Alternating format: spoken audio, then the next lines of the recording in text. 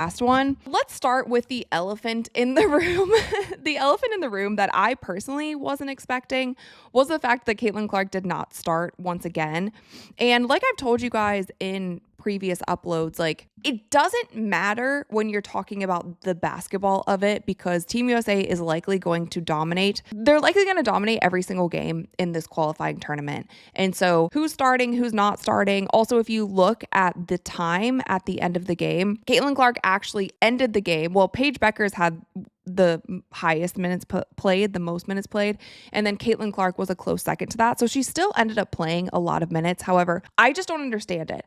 I don't understand why they haven't started her yet because there are only 2 players on this Team USA who hasn't started. Caitlin Clark and Rae Burrell. Now, Rae Burrell was added to this team because Sonia Citron and Aaliyah Boston ended up being injured and they weren't able to make it. So she was a late minute addition to this team as well. And you have somebody like Caitlin Clark, who I think is the best player on this team. She has proven herself, and she's obviously the biggest superstar on this team and the biggest superstar that is currently in this FIBA World Cup qualifying tournament. Like even when they pan to the crowd, which there's still not many fans in the crowd. And I looked up tickets for this game. Tickets are $200, which is weird, but they're only selling like a select few tickets. So I don't know how you get into these games. I don't know if you have to get tickets at the door, if you just have to show up and then buy tickets there, but they're not really making it that accessible to go to these games, but I digress. Most of the fans that are in the crowd for these games, a lot of them have Iowa jerseys. They have Caitlin Clark jerseys. They're repping Indiana Fever. And so that's the problem that I have. It's not something to overreact to, but again, there's just this common thread that I just don't truly understand. Like I don't understand it. Think about it this way. Think if Victor Wembanyama, because he's also in his 3rd year in the NBA, he's playing for Team France and he's clearly, or say he's playing for Team USA, even in that regard. Say he's playing for Team USA. Wemby would be starting. Victor Wembanyama would be starting. He wouldn't be coming off of the bench because he's that great of a player. But Caitlin, it's almost like, sorry, I'm rambling here, but it's almost like you can't even make that comparison because Victor Wembanyama didn't change the game of basketball the way that Caitlin Clark changed the women's game of basketball. So I just don't understand it. I'm not going to make a huge stink about it. I'm not going to act like there's some conspiracy behind it, but I just truly don't get it. I think it's quite disrespectful to her because you're also starting. Paige Bueckers got a starting nod for one of the games. Angel Reese got a starting nod for one of the games. Kiki Ariafen got a starting nod for one of the games. And these are all younger players who are making their senior debuts along with Caitlin Clark. And then you have Caitlin Clark, who's clearly the biggest superstar in women's basketball, just not starting. I just don't understand it. I'll keep it at that. I do not understand it. It doesn't change the outcome of the game. She still played a lot of minutes. She did pretty well in this game. But overall, you guys, it still seems like the players are trying to understand the chemistry between one another because there have been so many instances on offense that players are just getting in the way of other players. What I also have noticed over these past 2 games is there has been a lot more isolation basketball, which I don't necessarily love. But I think you could also attribute some of the isolation basketball to the coaching style because the coaches have to figure out the offenses that work with this group that you have. The high pick and roll has proven to work against every single team. And I personally don't think that they run it enough.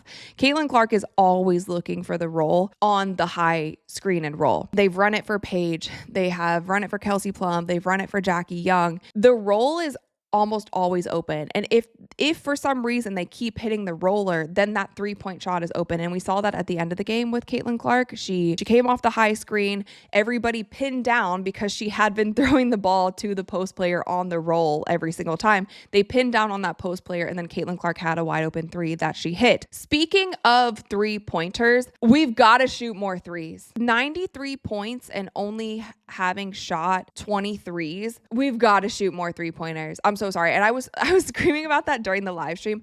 There are so many mid-range shots and long 2s. I personally don't like that. And maybe I've been watching too much NBA lately, but the game is evolving and women's basketball has to evolve along with it. Women's basketball has to become quicker. Women's basketball, because it plays to our strengths as well. We play a more skill-based game than the men. We do not play as athletically as the men do. Why aren't they shooting more 3s? At the same time, in this game against Team Italy, and then in the game before this against Puerto Rico, they were running a zone defense against Team USA. Now, with a zone defense, the quickest way to get another team out of a zone defense is by hitting 3-pointers. Like, that's the zone buster, is making threes. So the fact that the players are settling for mid-range long twos, I'm going to pull my hair out. And I don't care if I'm the only person who is commentating the game in this way and breaking down the game in this way. We need to shoot more threes. If it's Team USA, if it's in the WNBA, they need to start running offenses so that we can get more 3-point looks, because the floor needs to be spaced.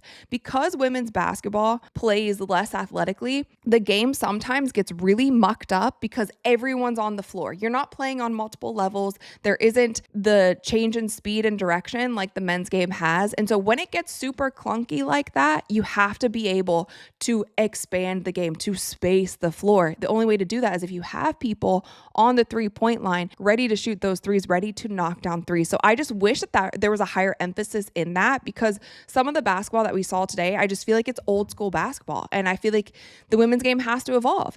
They have to evolve because, one, I think it's a better style of play. It's a more efficient style of play. And then on top of that, the entertainment value is just so much better. So I would love to see less long twos. There was so many long twos this game. There are so many like random mid-range jumpers, which I guess it's fine. Anyway, I want to see more threes. One other thing that I did want to point out, because we saw it a couple times with this Team USA team.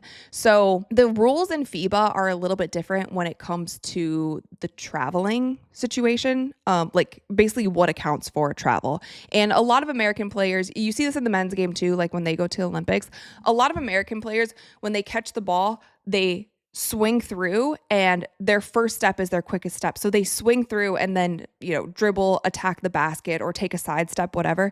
The FIBA rules are slightly different. So you actually have to put the ball down before you take off with that foot.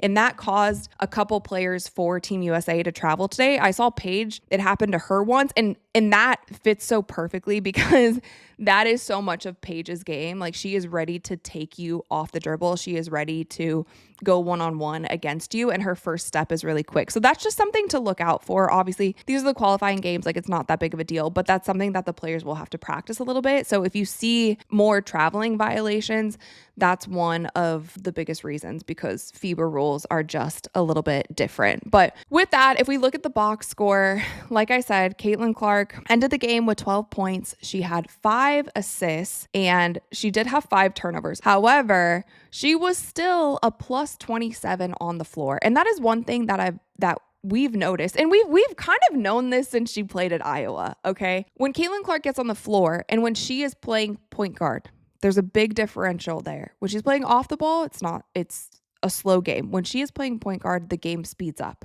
It speeds up almost instantly. And when she first went on the floor, they went on a bit of a run because there's so much attention that gravitates toward her on the defensive end. You have to look out for her. You have to be aware of where she is on the court. And at the same time, she always wants to push the ball. There was one lineup today that really confused me. Jackie Young was on the floor. Caitlin Clark was on the floor. Chelsea Gray was on the floor. Those are 3 point guards on the floor at the same time. I think Kelsey Plum might have been out there too. It's like, in that situation, Caitlin should still be running point. And they didn't have her running point. I believe they had Jackie Young or Chelsea Gray running point. I still don't like the experimentation of playing Caitlin Clark off the ball for this reason. Caitlin Clark makes everyone better when she is playing point guard, when she has the ball in her hands, when she is able to set up the offense, when she is able to push the ball. She makes everyone better. Her assist numbers go up exponentially. It's not just about, I want Caitlin Clark to play point guard because she individually plays better at point guard. Yes, she individually plays better as point guard, but she also makes everyone else better when she is playing point guard. The game goes a lot faster. And so I don't want to see that experiment go on for much longer. And we saw that a lot last year with the Indiana Fever. Now, she was injured quite a bit last season, so I want to see what it looks like when she has fresh legs. Again, with Coach Stephanie White, if she'll try, like, is she'll realize that Caitlin Clark at point guard is much better than the experimentation of taking her off the ball. Now, on top of that, I do want to shout out Paige Beckers because she did have a great game today. She had 12 points. She was 4 for 7 from 2. She was 1 for 1 from 3, but it was actually an and 1. And that's something, again, I talked about in my last episode. I want to see Paige Beckers shoot more threes. She's a good 3-point shooter. I want to see her shoot more threes instead of elbow jumpers. Just imagine the kind of gravitational pull you will have if she is that much of a threat also from 3-point range. And I think that's pretty much it for this game. You guys have been incredible on the live streams. I won't be able to go live for the game tomorrow against New Zealand. However, I do hypothesize that that is going to be a major blowout. So enjoy that game. I don't know what it's going to look like. Team USA is probably going to run away with it, but the game against Spain should also be a bit more competitive. But yeah, that's pretty much it, you guys.